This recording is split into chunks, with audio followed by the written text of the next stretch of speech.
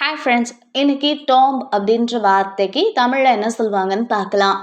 Tom Tom இந்த வார்த்தைக்கு தமிழில் என்ன சொல்லுவாங்கன்னா கல்லறை, அடக்கம் இடம், நினைவிடம். அதாவது இறந்தவங்களை அடக்கம் செய்யும் இடத்தை குறிக்கிற சொல் தான் டாம். இது நினைவூட்டும் இல்லைனா மரியாதை செய்யும் இடம். இன்னும் நல்லா புரிஞ்சுக்க நம்ம 2 எக்ஸாம்பிள்ஸ் பார்க்கலாம். First example, The king was buried in a grand tomb. அரசர் ஒரு பெரிய கல்லறையில் அடக்கம் செய்யப்பட்டார். Second example, tourists visit the ancient tomb. பயணிகள் பழமையான கல்லறையை பார்வையிட்டனர்.